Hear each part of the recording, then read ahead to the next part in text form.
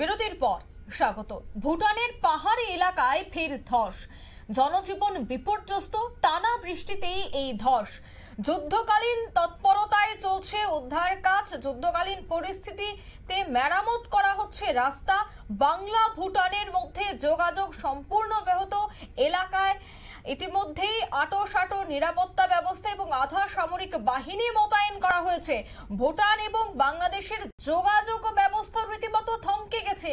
বহু পর্যটকরা ইতিমধ্যে ভুটানমুখী হচ্ছে। যেহেতু উইকেন্ড চলছে, তাই এই মুহূর্তে পর্যটকরা ভুটান যাওয়ার জন্য রওনা দিয়েছেন। কিন্তু টানা বৃষ্টির ফলে ভুটানের পাহাড়ি এলাকায় ধস। যে ছবি আপনারা এক্সক্লুসিভ দেখতে পাচ্ছেন, একেবারে যুদ্ধকালীন পরিস্থিতিতে মেরামত করা হচ্ছে রাস্তা। খুব দ্রুত কিভাবে রাস্তা সারাই করে তোলা যায় তার জন্য ইতিমধ্যেই টিম সেখানে মোতায়েন করা হয়েছে। সেখানে রয়েছে আঁটো নিরাপত্তা ব্যবস্থা এবং আধা সামরিক বাহিনী। বিস্তারিত কি বলছে সংশ্লিষ্টরা শোনাচ্ছি। ये लैंडस्लाइड हुआ, लैंडस्लाइड के वजह से रास्ता अभी जाम है और रास्ता साफ होने का परिष्कार करने का काम चल रहा है। यहाँ पे प्रशासन किया है और लगभग आधा घंटा से हम लोग जाम में फंसे हुए हैं और लगभग 30 मिनट जैसा लगेगा साफ होने में। कहाँ पे जाना है आपको? हम लोग को तो ऐसे भूटान जाना है, घूमने जाना है और वहाँ पे महाकाल मंदिर है, तो ये महाकाल मंदिर जाना है और यहाँ पे 30 मिनट ऐसे लेट हो गया। ठीक है। আপনারা শুনলেন ওনার বক্তব্য। ভুটানের মহাকাল মন্দিরে যাওয়ার জন্য তিনি রওনা হয়েছিলেন এবং সেখানে ধসে আটকে পড়েছেন। বহু পর্যটকরা রীতিমতো সেখানে আটকে পড়ে। আমি বিস্তারিত জানবো, জলপাইগুড়ি থেকে সরাসরি যুক্ত হয়ে গেছে সাংবাদিক সৌভিক দত্ত। সৌভিক থেকে আমি বিস্তারিত এই মুহূর্তের পরিস্থিতি জানার চেষ্টা করব।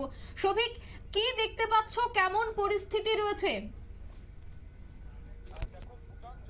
রাস্তা রয়েছে মহাকাল মন্দিরের আগে, সেখানেই কিন্তু ঠিক পাহাড়ের ধসের ফলে কিন্তু রাস্তা বন্ধ রয়েছে। কাজ চলছে, ঘন্টা খানেকের মধ্যেই কাজ শেষ হয়ে যাবে এবং স্বাভাবিক হওয়ার কথা রয়েছে কিন্তু সেই রাস্তা। তবে যে পুণ্যার্থীরা রয়েছেন যারা মহাকাল মন্দিরে যান, তারা কিন্তু রীতিমতো আটকে রয়েছেন সেই রাস্তায়।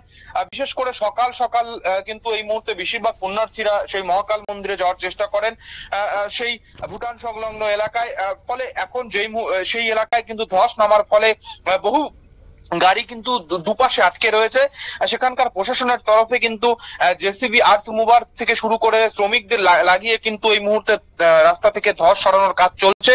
খুব দ্রুততার সঙ্গে কিন্তু সেই কাজ করা হচ্ছে, কেননা সেই রাস্তা দিয়ে কিন্তু প্রচুর সংখ্যক কিন্তু পর্যটক থেকে শুরু করে পুণ্যার্থী থেকে শুরু করে প্রচুর মানুষের যাতায়াত রয়েছে।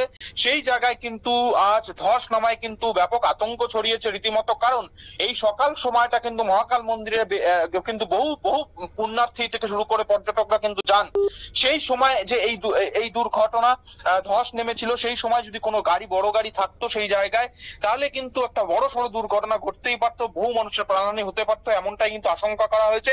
তবে সেই মুহূর্তে ধসের সময় কিন্তু সেখানে কোনো গাড়ি ছিল না, ফলে কিন্তু রক্ষা মিলেছে বড় সড় দুর্ঘটনা থেকে। তবে এখনো পর্যন্ত কিন্তু ধস সরানোর কাজ চলছে। খুব সম্ভবত কিন্তু খুব তাড়াতাড়ি কাজ শেষ হলেই কিন্তু সেই রাস্তা আবার চলাচল স্বাভাবিক হয়ে যাবে বলেই মনে করা হচ্ছে। অর্থাৎ বর্ষার সময় এই পাহাড়ে কিন্তু ধসের ঘটনা ঘটেই থাকে। আমরা দেখেছি সিকিম, দার্জিলিং সহ বিভিন্ন এলাকায় ধসের ঘটনা। এবার কিন্তু একদম ভুটান যাওয়ার রাস্তা মহাকাল মন্দিরের ঠিক আগে কিন্তু পাহাড়ে ধস নামার ফলে কিন্তু ব্যাপক যানজট তৈরি হয়েছে। যেহেতু এই মুহূর্তে যুদ্ধকালীন তৎপরতায় রাস্তায় মেরামতির কাজ চলছে, সেক্ষেত্রে বিকল্প কি কোনো রাস্তা রয়েছে?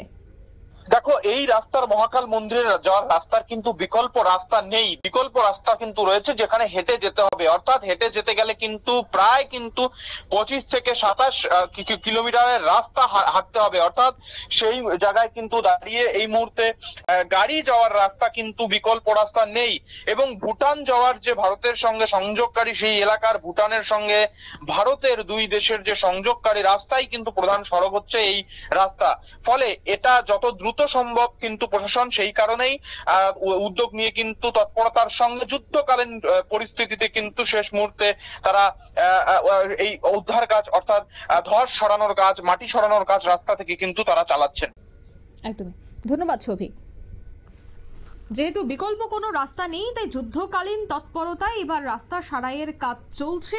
যে খবর আমরা এই মুহূর্তে সাংবাদিক সৌভিক দত্ত থেকে জানতে পেরেছি ভুটান যাওয়ার যে রাস্তা বাংলাদেশ পশ্চিমবঙ্গ থেকে সরাসরি যুক্ত হচ্ছে, সেই রাস্তা কিন্তু এবার ধসে সম্পূর্ণ ব্যাহত, যোগাযোগ ব্যবস্থা সম্পূর্ণ ভেঙে পড়েছে। তাই টিম এই মুহূর্তে সেখানে যুদ্ধকালীন তৎপরতায় কাজ করছে এবং তার আশ্বাস দিয়েছেন যে খুব দ্রুত রাস্তার কাজ, মেরামতির কাজ খুব দ্রুত সম্পন্ন হবে। নিয়ে নিচ্ছে ছোট্ট একটি বিজ্ঞাপন বিরতি, সঙ্গে থাকুন।